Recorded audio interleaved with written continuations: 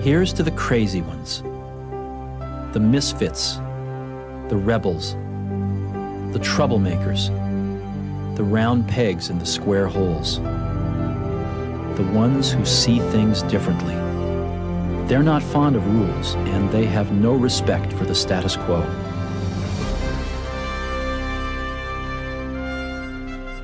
Welcome back, everybody, to your Creativity podcast. I am Dylan, a local graphic designer, local to Salt Lake. And Dylan, what the hell is the name of our podcast? I'm getting to that. Okay. You and Andrea always interrupt my builds. Always. Your what? My build. I'm building the opening. And it's pretty exciting, I gotta say that. I can't wait to hear what this podcast is called. It's called Your Creativity. It's what? Your Creativity. Oh. Yeah, that's what I thought. Oh. Huh. Well, I guess I'm out. I'm not really that creative. Thanks, Bill. Neither am I. I don't know why you're having me on this podcast, but go ahead, introduce me. Go ahead, and then I'll tell you why I'm not creative. Got Steve here with me today. Yes. He's my co-host. Steve Hatch. And we are actually at his shop today. And the reason why we're here... Well, Dylan gets pissed because, I never bring chocolates whenever we, record. Mm-hmm. And I still didn't bring any chocolates out. But we have chocolates. We're at the chocolate shop today. The Hatch family chocolates on 8th Avenue. 8th Avenue. Between E and D. Just go to the ER at LDS Hospital. Mm-hmm. Your heart attacks, whatever. If you go to LDS Hospital for the ER, just walk out the lobby. We're right there. Yeah. You probably get a lot of hospital patients over there, don't you? Yes, we do. Oh, yeah. I just took my brother in. He was doing something stupid, and he's in the ER. So I'm going to come over here and have some chocolate. They wanted to room together. Yeah. How many chocolates could I put in my mouth? Yeah. There's 20. So it's okay. Go ahead. I'm just going to sit here and be quiet. So, welcome, Steve. Thank you for letting us use your shop today. You're welcome. We also want to do a shout out to Keith Stubbs, my friend over at Wise Guys. He lent me his podcasting equipment to do this today. We had a last minute cancellation with the Earhole Media portable studio. Now, our guest today almost needs no introduction locally, because he's been on the longest running morning radio show, X96's Radio from Hell. We've got Bill Allred. Welcome, Bill. Thank you, Dylan, and thank you, Steve. Who the hell did you pay off? You're on the longest running morning show? No, I can't believe it either. I have no idea why. I have no idea how that happened or why that happened. I guess it's just because I refused to go away. People said, go away. And we said, no, we're not going away. No. You started back in 1980 on the radio. Is that correct? That sounds yeah, my recollection is that I started, actually it was in November of 1979. Okay. But I always say 1980 just to round it out. That's when I started in radio. Temporarily, I thought. I was just going to be a temporary job. And then here it is, 2016, and I'm still doing it. Where did you broadcast originally? In Ogden. Yeah. On an AM station. 1490 KJQ. 1490 AM. Is it still there? The building's still there, yeah, and the frequency is still there. It was bought by... some religious broadcasters, and they for years have just run that AM frequency, and they do religious broadcasting. And it pretty much just is in Weber County and northern Davis County. And that's it. That's pretty much all they. So when I started doing radio, only people in Ogden and Weber County and a little bit in Layton and so forth ever heard the shows that we were doing. And But I will say this, 1490 KJQ was an incredibly popular radio station, interestingly enough. Hi, Kate. How are you? It's Kate. Katie's well, here. thank you. It was an incredibly popular radio station. Again, it was just an AM station, 1490. But everybody in Ogden, everybody in Weber County listened to that goddamn station. They knew what it was. We had stickers, and it was just an orange Q. Okay. An orange Q sticker, and there was an orange Q sticker on half the cars in Weber County. It was really popular, and we did very funny, creative stuff. Like every Christmas, we had the Santa Q, who would go around and give prizes to people. And it was this big black guy, friend of ours, who worked at the station named Willie McCurdy. And Willie would put on and he was quite portly, heavy guy, and African American, and he'd put on a white beard and a Santa outfit, and he'd go around to people's businesses and go, ho ho ho, I'm the Santa Q, and he would give people prizes at Christmas time, and and I mean we just did all kinds of bizarre, funny little stunts and stupid ass things, and it was a popular show or a popular station at the time. When you started, did you have co-hosts, or were you? And when I started, I didn't. When I started, they wouldn't let me on the radio. I went to I had been working at a bar. I'd been living in New York. I'd been acting. That's what I wanted to do. And I got a job at the Utah Shakespeare Festival while I was in New York. And because the Shakespeare Festival, the Utah Shakespeare Festival, holds regional auditions. Now, I'd worked at that festival before as an actor, but they came to New York and auditioned people, and my roommate in New York got hired as a director at the festival. And he said, you come out and be an actor, too. So I returned to Utah. I'd been living away for couple of years. Returned to Utah, did my summer at the Utah Shakespeare Festival acting, and by the end of that, I was broke because you don't make any money being an actor. And at that time at the Utah Shakespeare Festival, they pay them fairly well now, but at that time they didn't pay. They gave you room and board. I think $500 for the summer or something like enough to buy wine, and cigarettes. Enough to buy wine and cigarettes.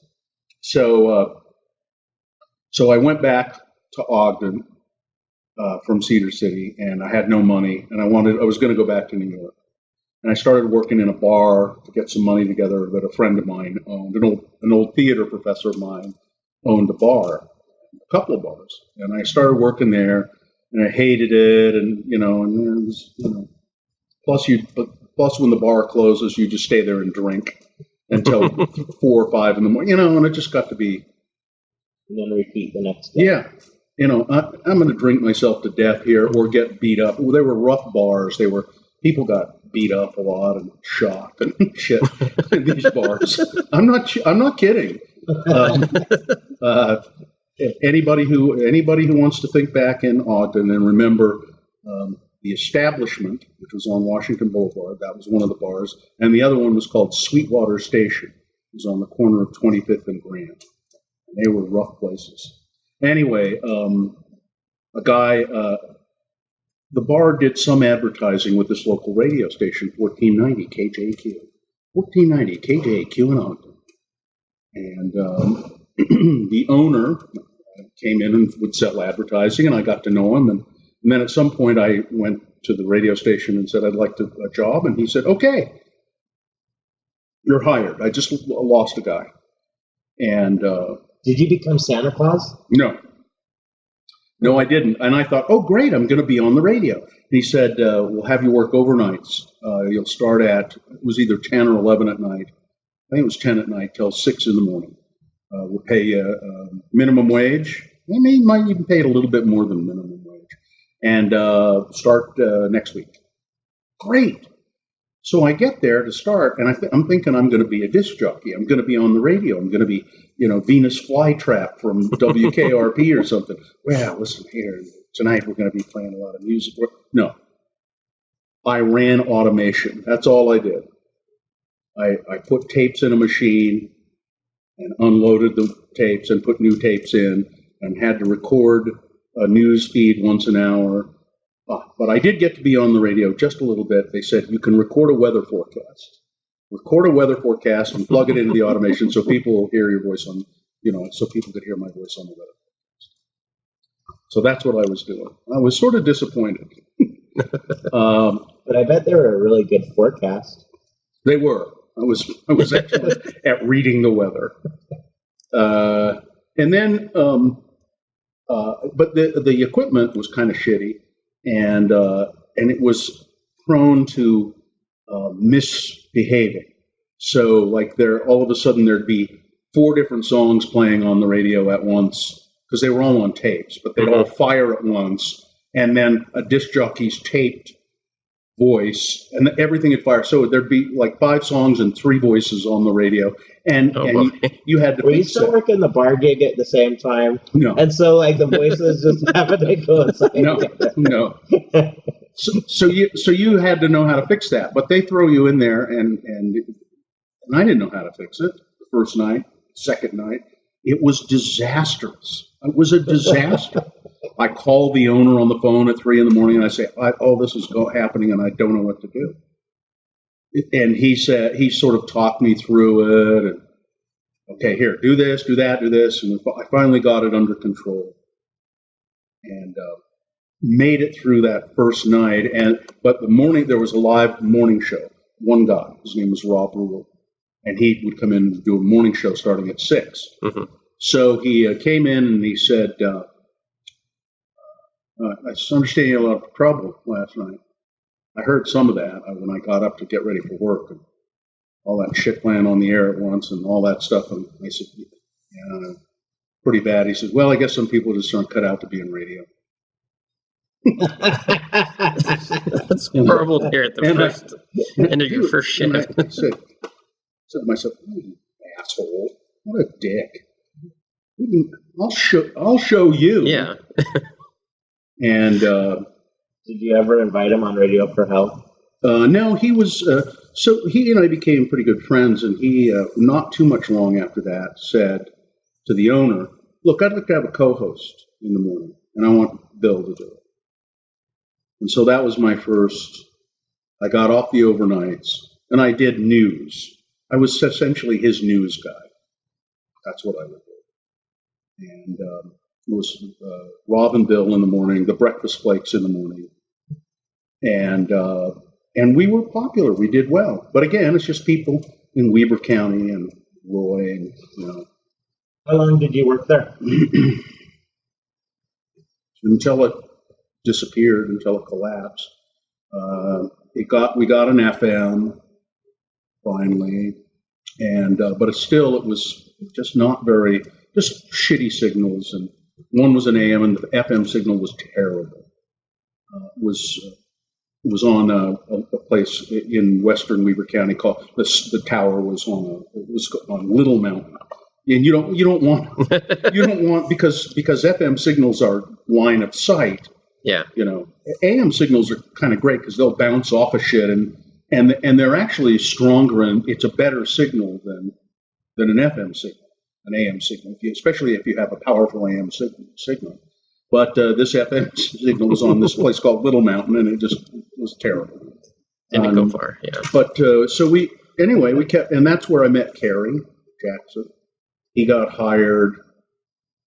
I left for about a year because I thought I was working like 16 hours a day, and I liked it, but I was just sort of spinning my wheels and didn't think I was going anywhere.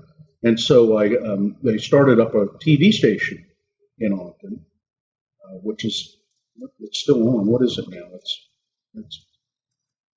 It was KOOG for Ogden, and now it's I don't know. It's still on.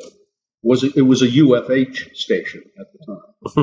So again, signal problems. Yeah. Nobody could really see the goddamn thing. Just people around the building. Yeah, kind of. And again, I think the tower was on Little Mountain. But so I went and worked there for about a year, and that was horrible. And I went back. I went to the owner of the radio station. Said I'd like to come back to the radio, and I'd still been working for the radio a little bit, doing commercials and stuff like that. And he said, "Okay, hired this new guy and like to have him. I'd like you to be his co-host. It was Cre8tivity. That's how you met Cre8tivity. Yeah.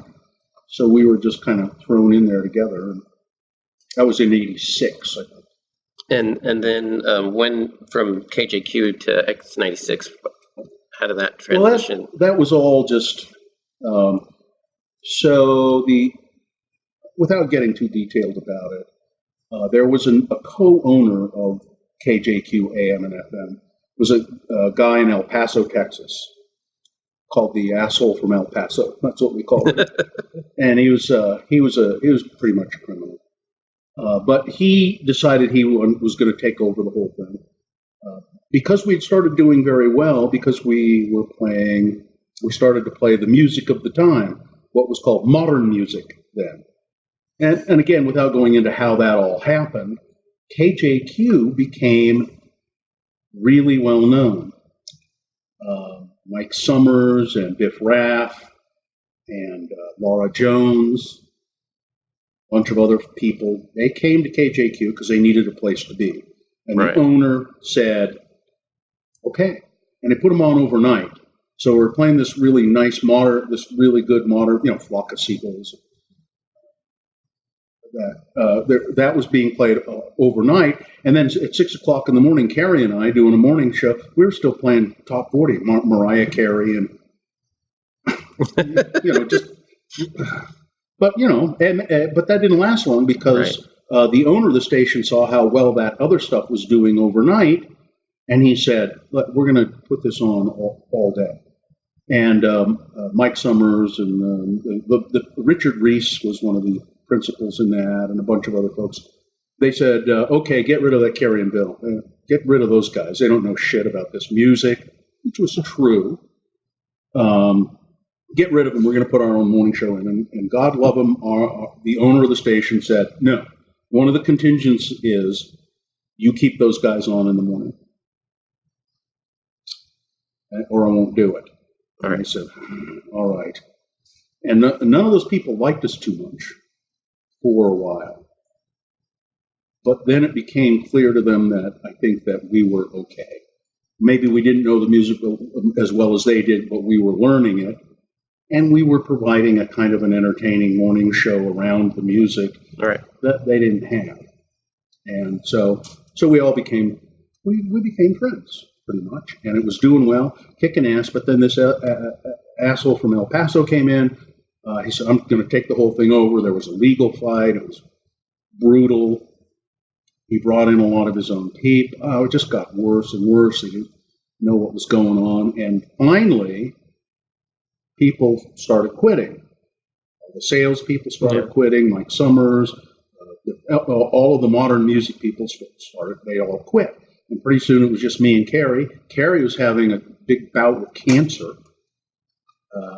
Testicular cancer, and he needed insurance. And at one point, these jerks from Texas said to me, "All right, we're going to have you sign a non-compete clause," which I'd never signed one before. Said, you have to sign a non-compete that you won't work for any other station if you quit or be fired or whatever, and I said, no, I won't sign it. And they said, if you don't sign it, we'll fire you. And I said, now I knew in the back, I had a little ace in my pocket. I knew that Mike Summers and one of our former salespeople, Jim Thacer, were really close to getting a new signal and starting another station. And I said, okay, fire me. And they did. Carrie stayed. He could have done the same thing, but he stayed. He was worried about the insurance and the cancer treatment, and he stayed. And so X96 started up a few months later. KJQ was still there. Carrie was still on. Thanks to the assholes from El Paso. Mm-hmm. That's what created Radio from Hell? Pretty much. Well, Carrie and I were calling it Radio from Hell on KJQ while we were there. But then it split. We started X96, and I started doing a morning show there with Dom Casual. We called it Project X. And eventually, KJQ went away. Oh. gone. It just fell apart because it couldn't survive, and we had people at X96 who knew what they were doing, and we rolled over them. We just rolled over them. And X96 started 22 years ago, something like that. We're pretty close. About So the that's time the I story in a started nutshell. listening. Was that interesting, or that was? Yes, that was very interesting. Because you've gone through the story before on other things, but yet it's great to hear a take on it. But when you actually start talking about your story, Mhm. you actually light up and you get really excited. But you can tell that you're very passionate about that. And what I also notice is, it seems to me that you have deep roots. You're loyal, but you want to be treated fairly as well. I kind of see that carry over even in today's shows. So I guess some of my questions too would be, what made you loyal? Like, why? What, is there something from your youth that kind of raised you to be, kind of have, I don't know. It's interesting for you to say that. I'd never thought of it in those terms. Like, it seemed like all of you guys kind of were loyal together, to kind of to be true to the music, but also true to yourselves as far as what you were trying to create, what you were making. I mean, people told you were a shitty DJ, that you'd never amount to anything, but you didn't let that stop you. Why not? Well, part of it was I'd gotten to know enough people in radio, and I really started to pay attention to radio. I was not a huge consumer of radio up until that time. I guess when I was little, and when I was young, I listened to talk radio because that's what my mom listened to. But so then I started paying attention to radio and who was doing it and how they were doing it. And I thought to myself, God, these people are not that good. I mean, I can do this. I can certainly do this and do it as well, if not better. And then, but I don't know, that loyalty thing. I had never really thought of myself as being loyal, but I guess I kind of am. And I don't know why. I mean, I guess I've always thought of myself, I am trustworthy. I'm the kind of person, if you tell me something and you say, this is in the strictest confidence, tell no one else, I just would never betray that. I wouldn't even tell my wife. If you said, I don't want anyone to know this, don't tell anybody, even your wife. That's it. Okay, I promise I won't. Probably even something illegal, even with a friend of mine. I don't think I've ever been faced with that, but they said, you can't tell anybody this. I don't know if I think I might. You take it to the grave? Maybe. And I think one of the reasons. What do you want to tell me, Steve? Well, no, here's what I noticed. So Kate and I on a chocolate shop, Family Chocolates. I remember when we first opened, we had nothing, we were nobodies, but you guys looked out for us. And you guys actually had us on air once or twice, but you would talk about our chocolates. Now, of course, I was very elated and very excited that you would do that about our shop, but I started paying attention. You do that to a lot of new companies. And what it taught me was that you guys are very good at trying to support local, and then trying to get to talk about things and to get hype going. Yeah. What drives that? Well, just because, it's because we like it. I remember when we met you, I'd never heard of you. It was one of those Best of Utah things that City Weekly had done. And I think it was at the Beehive Tea Room. With Shauna Thomas. She was one of the hosts, I think. And so Carrie and I were doing the show there, and you and Kate came in with chocolate, and I've never heard of this. This is great. And so it's a matter of stuff that we like, stuff that I like, I will speak well of. You really, we do those on the show. We do those live ads. We're pretty strict about that in terms of if we don't think it's good or we don't think we won't do it. We turn down It clients. has to be a fit. Has to make sense. Yeah, and I mean certain things you can't really like. We do an ad for this kind of real estate company. Now, none of us have ever really used that real estate company, but we've met the woman who runs it and we've talked to her extensively about how she markets things and why she's doing what she's doing. And we like her, and we think that what she does is honest and good, and so we'll talk about it. But then we do stuff that's just like we did. I don't think you ever bought a single commercial from us ever, but we did talk about. You want a 5? It would be about a 5-second spill. It'd be a little bit more than that. I'm afraid. It's a little more expensive than that, but we talk about stuff. But it's interesting. Sometimes that does turn into money. A prime example of that is Feldman's Deli. Actually, I'd never heard of it. None of us had ever heard of it. Our friend Paulette, who lives in New York, Carrie's longtime friend, but she's been a fan. She's from Salt Lake, and now she lives in New York, and she does a dessert show on the Food Network called Neat Sweets. And then she's a guest on lots of different shows on Cooking Network. And she's a really interesting, funny, ballsy, foul-mouthed, wonderful person. And she listens to the show quite a bit, still in New York. But when she comes home, to Salt Lake, she often comes by the studio. So she came by and she started talking about this deli, Feldman's Deli. Best, I have great delis in New York. You have one of the best delis in the country right here in Salt Lake, Feldman's Deli. I had no idea. So we went there, I went and had some stuff, and we started talking about it a little bit on the radio. Oh, God, she's right. This Feldman's is great. Well, now they're clients because I don't think they'd ever heard of us either. But now they spend a little bit of money because people started going in there saying, "Hey, I just heard some people on X96 talking about you, so I thought I'd come and try it." So that it works out a lot of times. I mean, that's not why we do it, but again, it's always nice when it does turn into money. And I just hit Steve. You want a hug? No.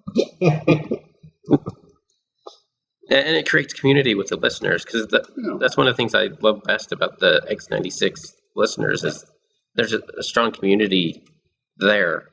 Yeah, they're pretty. Yeah, particularly listeners who've been around for a long time, and then they sort of get to know each other, and they're really loyal to us, and hopefully we return that. I'm one of them. That's actually how I got in. I interned at the station for a little bit. I helped Richie out with graphics, and that actually put me through a lot of doors with my career in design. Got me connected with Keith and Wise guys, and a handful of other clients. Next, I want to ask you about your daily, your daily routine. What time do you get up and get up at 3 a.m. and I sit on the toilet for a little while, staring at my cell phone. You answered my text about that time, so now that actually makes me a little more nervous. I was probably sitting on the can. kind of the first thing I do. I mean, you have time to think there. Yeah, so it's about 10 minutes. Then I go up into the attic where my computer is.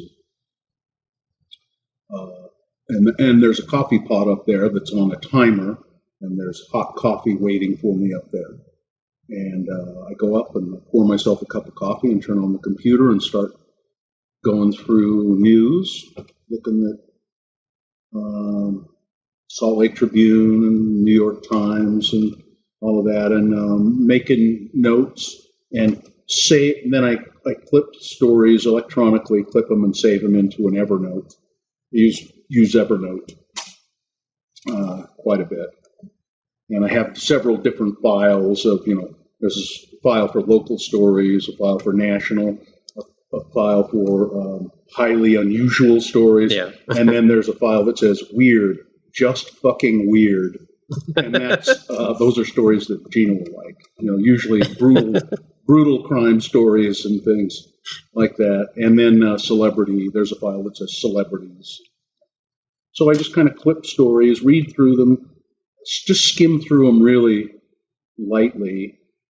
Maybe make a note on paper about something I wanted to say about them. And I do that from probably 3:20 to about 5, and then I go downstairs and shower and try to grab something to eat and head to the studio. Get there by 10 to 6. And you live? Are you in Salt Lake? Yeah, I live really close to the studio. Okay. I'm 10 minutes away from the studio. Did you live up in Ogden at some point when you were working at? No.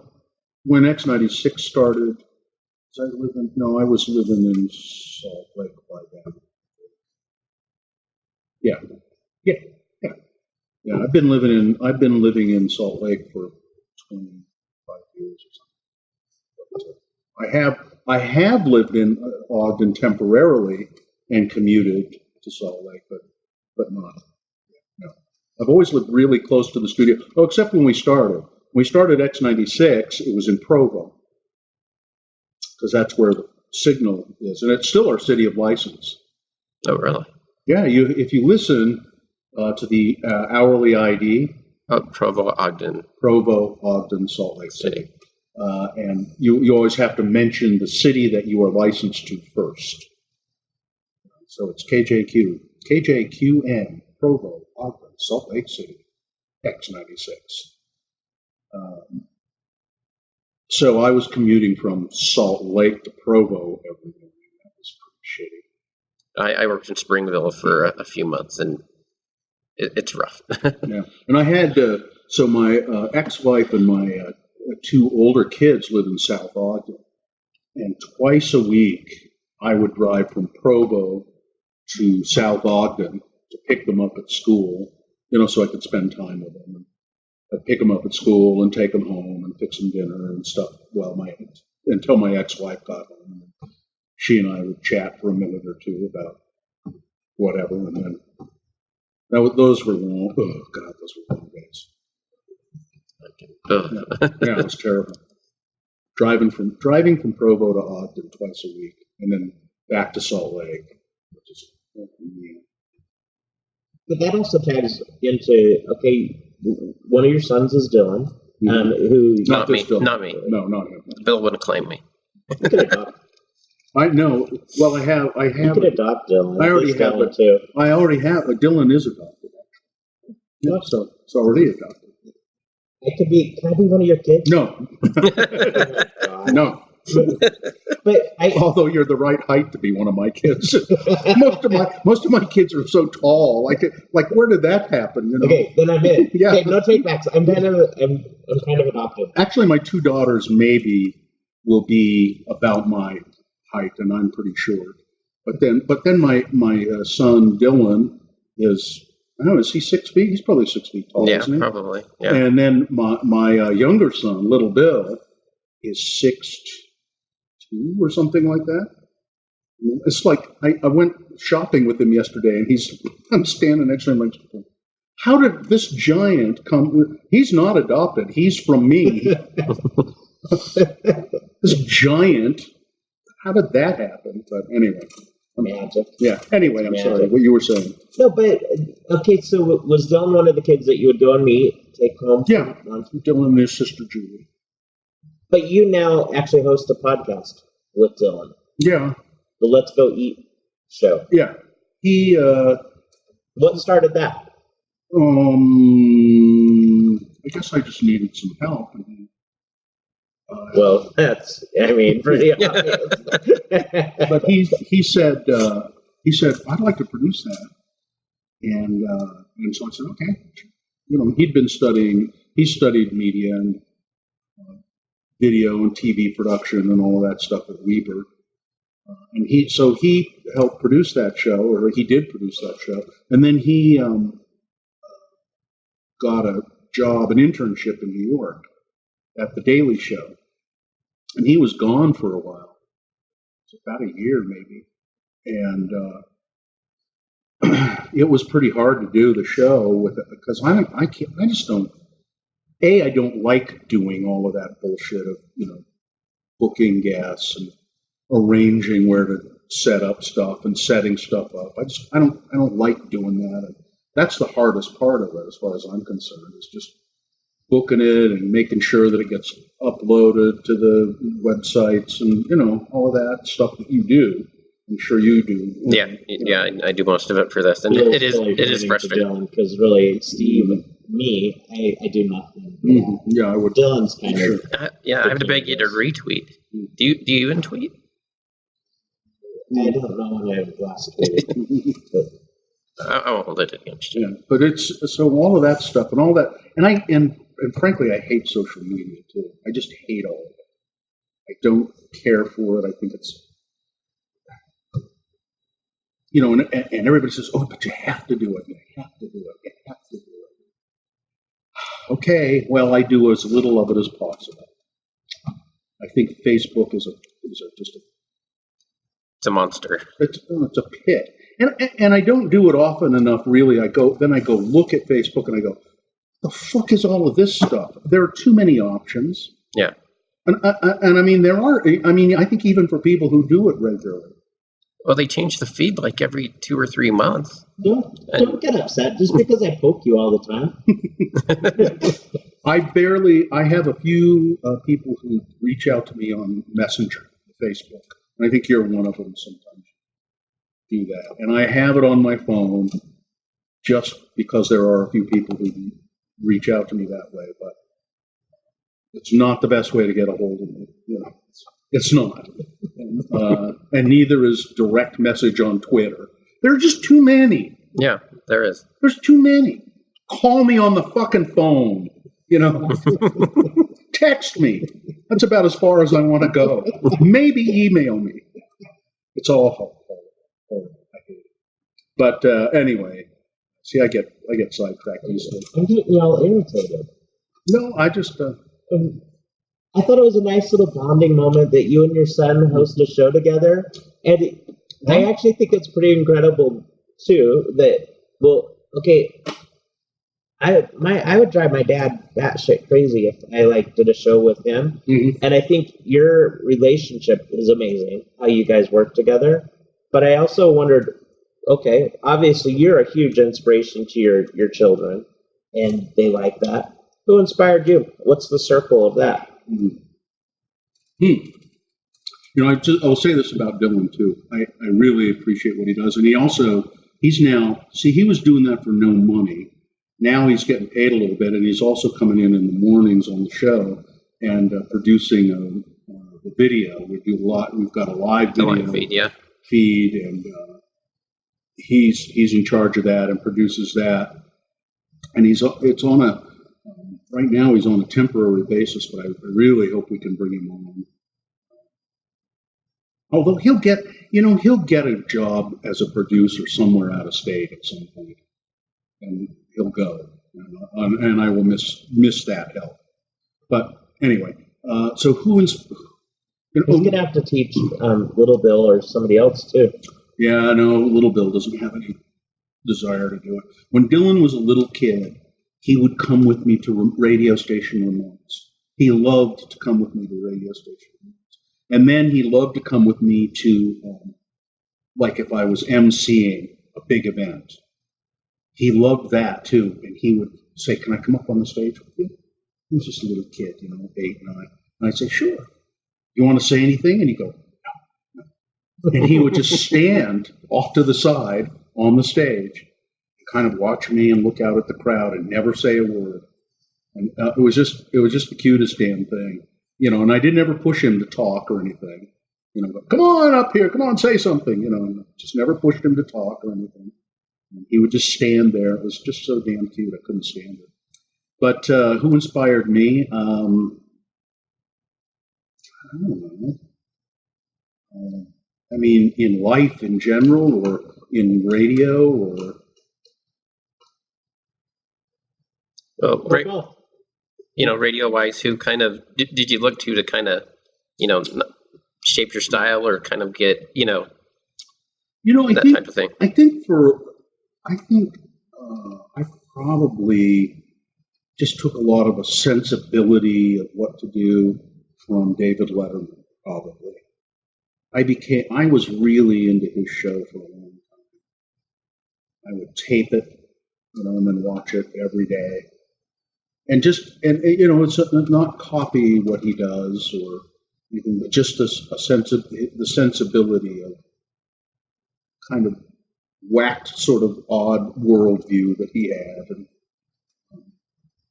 and I think, and then in terms of, I like interviewing people, and there's so many bad interviewers in this world. He looked at me, everybody. I was staring right at you, Steve. So I try to think of, so then when I find a really good interviewer, then I'm really happy with that. I'm trying to think of who probably influenced me over the years in that regard. I'm not sure, but I don't know. But just anytime I'd find a good interviewer or see a good interviewer, I just take special note of that and how they did what they did. But what the real secret to being a good interviewer is just being interested in people. It's just, I interview the checkout clerk when I'm doing my groceries, or I just ask people questions about themselves and because I'm interested in what people do and why they do it and what they think, or so I don't know if it's any one person, but good interviewers. Which is funny because David Letterman was a shitty interviewer. He was always terrible interviewing people. But I always liked just the wax sensibility of his show. And then in life, people that have inspired me were probably my grandfather, who was a hard worker and taught me to appreciate hard work and just sticking to it. And my mom. My mother was she was a very heartfelt person. She was very empathetic to other people, and she just was just great, And she was smart. She was really smart, although she never finished college. None of that. But she was just a smart woman, smarter than a lot of people gave her credit for. Is there a piece of advice you'd offer to other people in life that you've learned? Pay attention. That's my biggest piece of advice to anybody. Pay attention. Just pay attention to what's going on around you. Try and be aware of what people are feeling or thinking and saying. Be aware of what's going on in the world as best you can. Pay attention to the physical universe. I mean, I think it's, and I try to get better at this all the time. But I think it's amazing that people walk around and they don't even know what the names of various kinds of trees are that they live with every day. There's an oak tree and a maple and a this and a that, or and I like being able to name things in the physical universe, or I like knowing what kinds of flowers are around. And I pulled up the park here, outside the chocolate shop, and I pulled up right in front of that flowering sage. That's a sage plant, I think. Russian sage with the little purple flowers on it, and it's just filled with honeybees on it. And I just stop for a second and look at that and go, God, I love that. So that's what I just pay attention to stuff. Pay attention. Russian sage, yeah. I knew it was sage. So that's, I think, pay attention. God damn it. Listen up. I know, I'm putting you to sleep. No, it's interesting. With the Daily Show, what are ways you guys keep it fresh? especially doing it as long as you have. Yeah. I don't know. There's always something.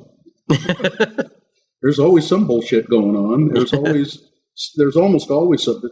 I mean, every once in a while, like any job, it happens. You kind of go, I don't have anything today. I'll even say that every once in a while. I'm sorry, I got nothing today. Nothing. Zero. And you've got 4 hours to fill. 4 hours and I got nothing. And we made the big mistake somewhere along the line of insisting that we shouldn't play music on that show. We wanted to stop playing music on the show a long time before we actually did. And everybody would say, no, all of our management and programmers would say, no, you have to play music. You got to get at least 6 songs an hour in there. We prefer 8 or 9. Most morning shows, they'll play, 12 songs an hour, something like that. It's mostly music, and then you just have to, be a little bit to fill. Yeah. And we kept saying, no, we could do it. And there was a trend. Some of the big morning shows around the country were all talk. Usually not 4 hours, only 3. I mean, I think Howard Stern only does it. Has ever only done 3. Right. That's kind of standard. But Carrie said, and he was right, the ratings, they measure our time from 6 a.m. to 10 a.m. So why in God's name would we go off at 9? Where is the thinking behind that? But that's what most morning shows do. I mean, I don't know in this market, the ZHT, I don't know, maybe they're on until 10. I'm not sure. I'm not sure offhand. But and some of the other morning shows, but I know like on KSL, they're rated from 6 to 10. Their morning show is rated from 6 to 10, but they stop at 9 or 9:30. Yeah, Doug comes Doug on. Wright comes on. So what? But I don't get that. What's the point of that? Should be on from 6 to goddamn 10 o'clock because that's when they're rating us, sink or swim. And then, but we kept saying, well, we should be able to do it with no music because some of the big shows were doing it. We said, we can do that. We can do it. No. Gotta play music. And then it's terrible that 9/11 happened. We were on the air and had some TVs going, and we saw this planes crashing into the World Trade Center. And our show was about 8 o'clock in the morning, or maybe 8:30, something like that. 8:30, I think.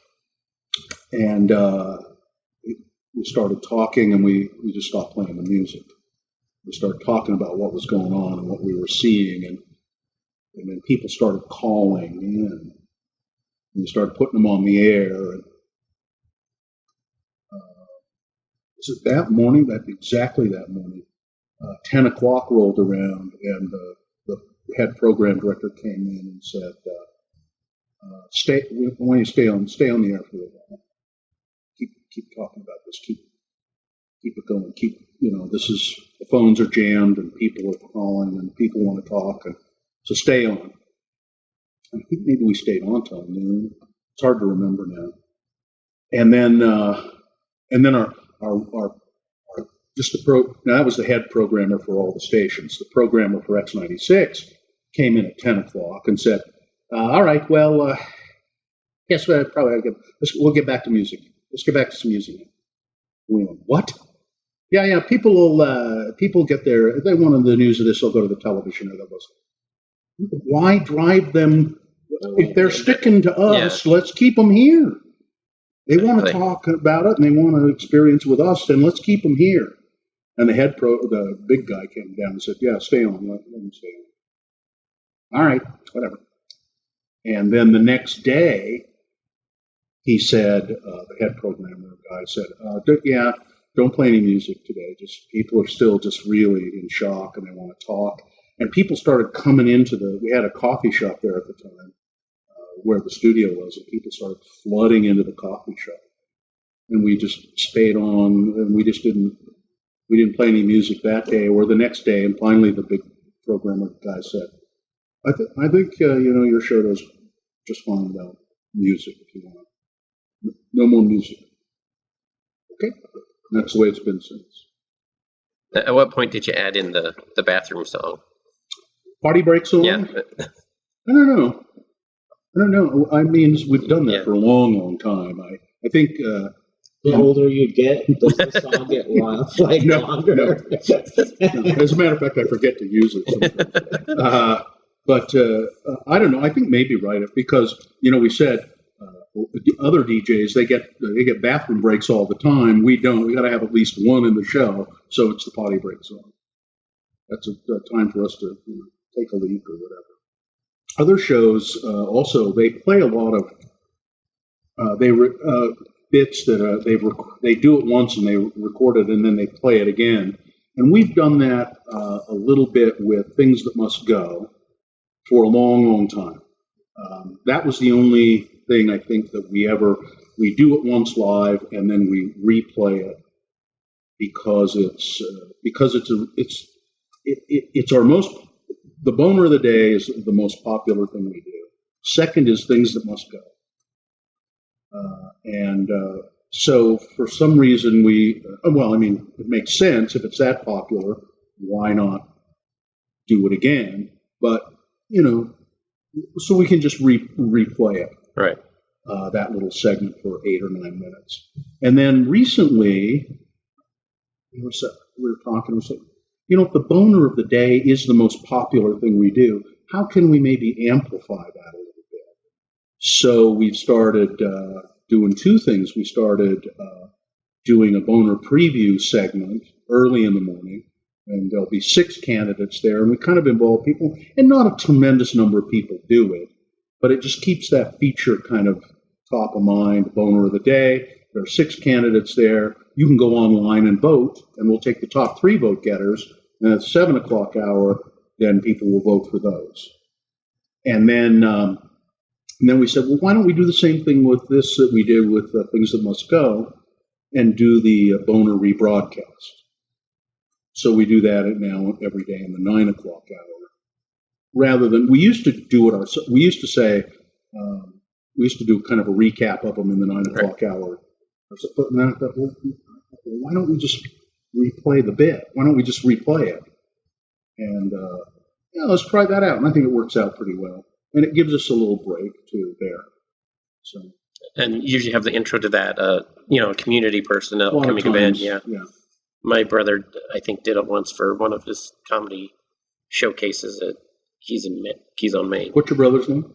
Jordan Mazziotti. Huh. Yeah, probably did. We have so many people come through there and go, huh? Really? It's amazing there's something about you, Dylan, and that I just have always been able to remember who you are and your name. But there's we have so many interns come through there, and then I'll have somebody come up to me and say, "Hi, don't you remember me?" No, I'm sorry. Well, I was an intern there for 6 weeks. Feel like I've been there Oh, over really? 20 years. Okay, well, nice. Oh, I'm sorry, I don't. Well, you're not going to make it in radio. Now we were talking about segments there. Do you have a favorite from over the years? You mean one favorite thing? Or just a handful of, favorite segments, Space Elders or, just kind of those ones that have came and gone. Space Elders. We used to do a lot of different pre-recorded bits. And we found that when people would come up and talk to us about the show, that's not what they wanted to talk about. They wanted to talk about when I was yelling at Gina for something, or the story about, when I shit my pants at Len Allen's memorial service. He was a DJ in Ogden for years. I went to his memorial service and I had an accident in the Ogden Tabernacle, and I did. I crapped my pants sitting in there, and I had to get up and go to the bathroom and throw my underwear away in the bathroom of the Ogden Tabernacle. And people, so you tell stories like that. That's what people would talk to you about the next day or the day after. Not space elders, not some pre-recorded thing. We used to do all kinds of stuff. We used to do what Carrie and Bill do when they're not on the air. And we would write them and produce them, and they were funny bits, But here's what Carrie and Bill do when they're not on the air. It was just some outrageous, pre-produced piece of bullshit,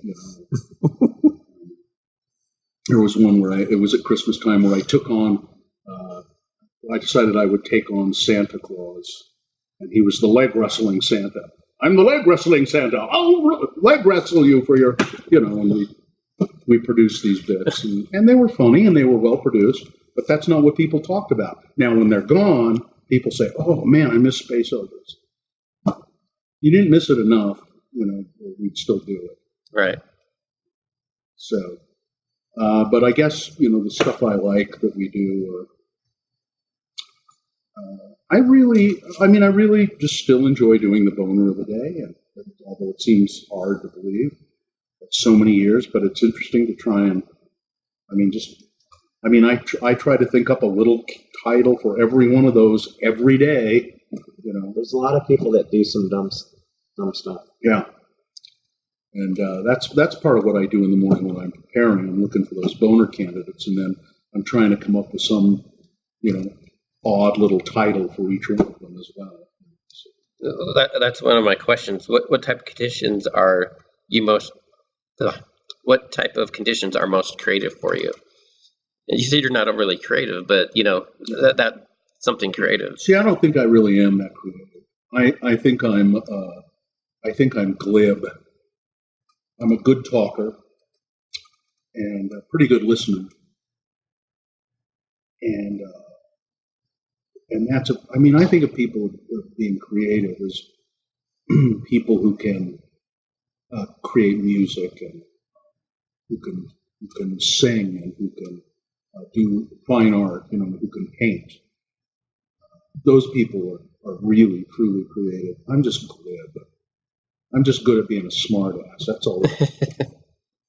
Well, I'm on the opposite side because I'm an artist. I draw and graphic design and things like that. But I look at broadcasters and comedians, storytellers. I can't tell a decent story to save my life, so I admire those type of things about storytellers. Yeah, it's just and I think of it more as that's more of a skill than an art. I think. I don't know. You can argue it all day long, but I think people who can do what you do. To me, that's really creative. People who can design things. He's looking at Dylan again. What can Steve. you do, Steve? Pretty much. Yeah, I eat chocolate. That's about it. You've always been good at being a personality. That's right. You're a personality. I don't know how you get. There isn't big money in being a personality. That's pretty much. Yeah. But I didn't know. I only known you for a few years, but I know people who've known you for a long time who said, "Oh yeah, Steve is a force of nature. He's, he can." You've just always been able to be charming and outgoing and like a tornado. Yeah, that's right. A tornado. He's a tornado. A little tiny tornado. There he goes. They're really small funnels, but they're big. Well, maybe you're a dust devil.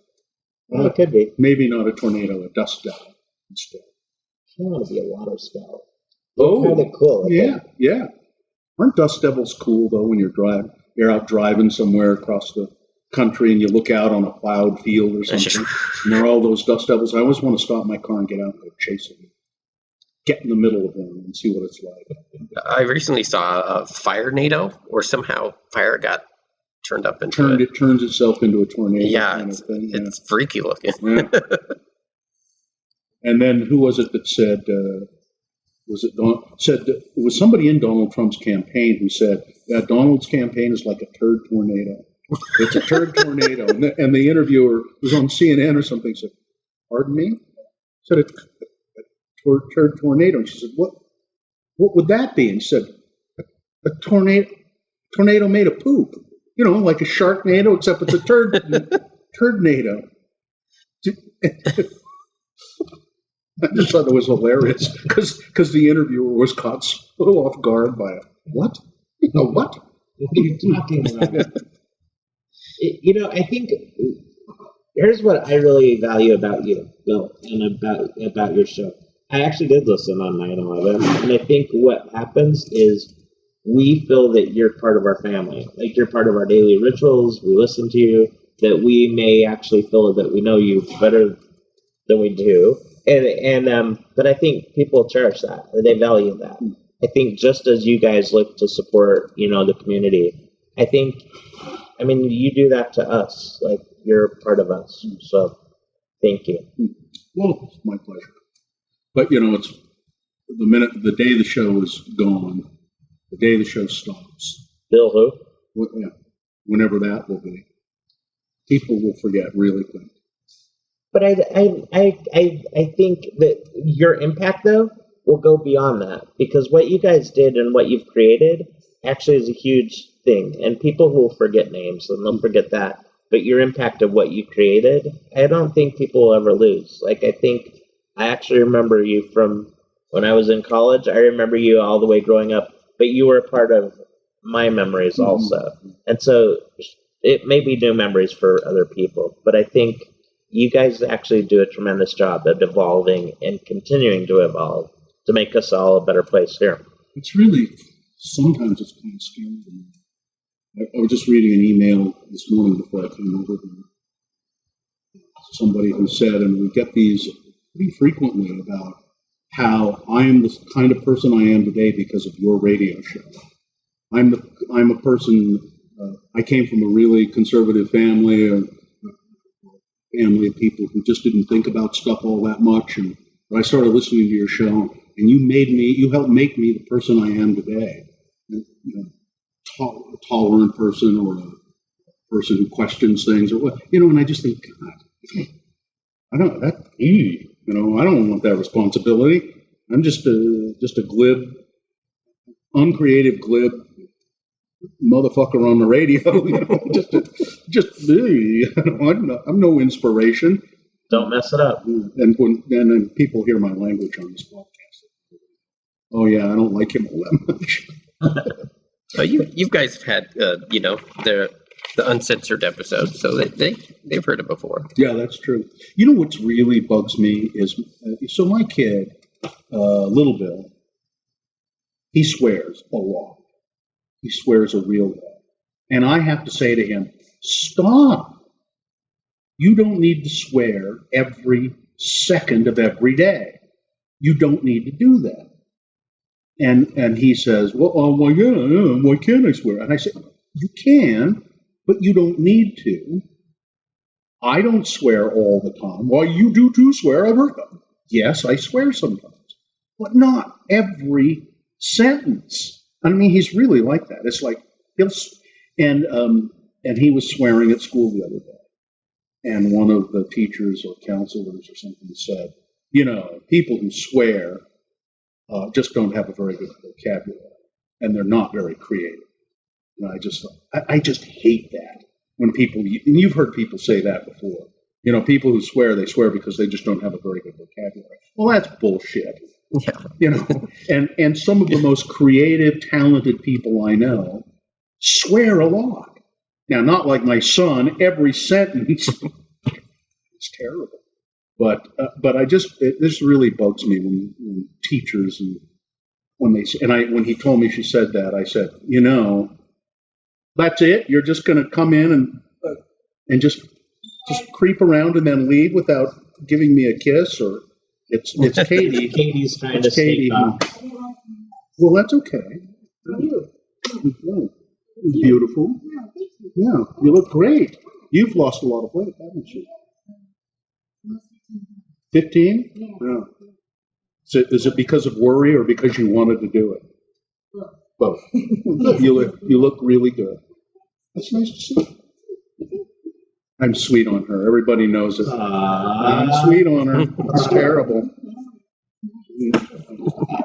All right. Lovely to see you. See you, Kate. You'll cut this out, won't you? No, I we'll leave didn't it think in. so. Oh, yeah, it's stuck. It's in. It was her birthday yesterday. It was. Happy birthday! What a sweetheart.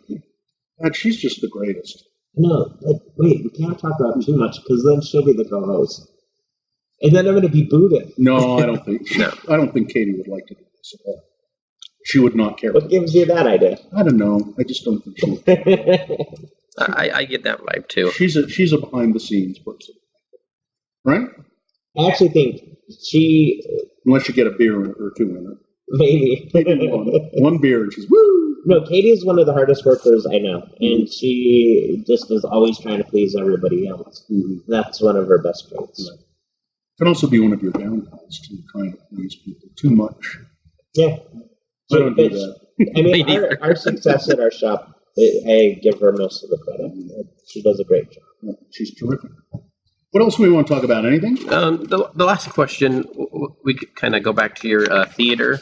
Mm-hmm. You know, we'll go into your theater work a little bit more. So, back in public school in Weber State, you got a bachelor in arts in theater there. Yeah, I went to Weber State. I wanted to be an actor ever since I was a really little kid, and acting is creative. I think it's a creative outlet. Although, again, it's an interpretive art, and some argue that that's not truly creative work. But I think it is. But so I wanted, since I was a little kid, my mom, when I was like 7 years old, enrolled me in this summer dramatics program. And then I started kicking around trying to be an actor. And I had some success with that. Had a paying job for a year in Florida, touring around with a children's theater company. I got a job in California at Long Beach Repertory for a summer. Did plays there. In New York, I worked in an office and then would audition for plays. And I got a couple of things. I did 2-3 things, I think, that they're called off Broadway. They're really far off Broadway, you know. Almost. The way the New York theater is structured, there's the Broadway theater, and then there's off-Broadway theater, which is, there's some terrific theater companies, off-Broadway theater companies, very well thought of, and, you know, they do great work. And then there's off-Broadway, which is spotty at best. But I got a couple of things, did a couple of things. Was there a particular type of play that you preferred, or just? No, just not musicals, because I can't really sing, and I'm not a great dancer. I can dance okay if you push me through it. If you get a growler in you. Yeah. So I did that, but it's hard. It's really hard to be an actor. It's hard on you. Emotionally and spiritually. It's because when you're rejected, you go to an audition and you're rejected, and it's hard not to take it personally because it's you they're looking at. Right, It's you, and they say, no, I'm sorry, you're just not what we need, and auditioning is a really difficult thing to do. It's frightening and makes you nervous, and so. But I intended to keep going for it, and I don't know. I really don't know how good or bad I was, I think I was okay. I was a pretty good actor, and then I sort of accidentally got the radio job, as we were talking about, and but periodically somebody will ask me to do some theater. I've done for Plan B Theater, which is a really good theater company here in Salt Lake. They do every year a live radio play that airs around Halloween and they'll do it on KUER, and then they invite a live audience to come and watch the radio play. So usually it's 2 performances. It seems to me and both performances will have an audience, but one is just for the audience, and then the second time it's broadcast live on KUER, and that's great fun. God, I love doing that. If I could have had any career in the world, I would probably have chosen to be a radio actor in New York in the 30s and 40s and 50s, at the heyday of radio drama. I love listening to old radio shows. I have one of the biggest reasons, the main reasons I have satellite radio is they have a channel that just does old radio dramas and comedies and stuff like that, and I love listening to those. If I could have had any career, I would have been a working actor in New York in the heyday of radio drama. And then periodically, people have asked me to do other acting jobs, and I'll do them, and I want to do them. It always ends up being just hell to do it, though, because it's just, to do the radio show and then to try and rehearse and do a play is also really difficult. And the plays start, usually at 7, in the evening. Yeah. With the radio. Yeah, and so it's hard. It's really hard on me, but I will always say yes. And I'll ask my wife, should I do this? I'm going to say yes to this. And she said, okay, but just remember what you're going to getting into. And yeah, but I'm going to do it anyway. But I won't audition for stuff. Just if you're a theater producer or director listening to this right now and would like to have me be in a play, I'll probably say yes. But I won't audition for anything because, I don't know, I'd be afraid I'd get it. But yeah, I love acting and theater, and yeah, that's Saturday's Warrior, was that one of the last things you did? No, that was a long time ago. That was a long time ago. I did Saturday's Warrior, had a little cameo role in that. 1 year, and then no, I've done a bunch of the Plan B stuff, the radio shows, and Plan B also does or has done in the past a fundraising show that they call Band, and they present scenes from scripts or books or music that have been banned at one time or another around the country, and do. And I've participated in that either as a presenter or a couple of times. Carrie and Gina and I have emceed the whole thing and introduced all of the performers, and that's really a lot of fun to do. And anytime I can MC something or be in front of a live audience, I like doing that too. I mean, with the radio station, usually like if there's a big concert or the big ass show that we have done every year, that requires us to be out on stage and introduce the bands, and I like doing that because I like performance in front of a live audience. I know we kind of need to wrap up because you've spent way more time than I know that you wanted. But any last words you want to tell us?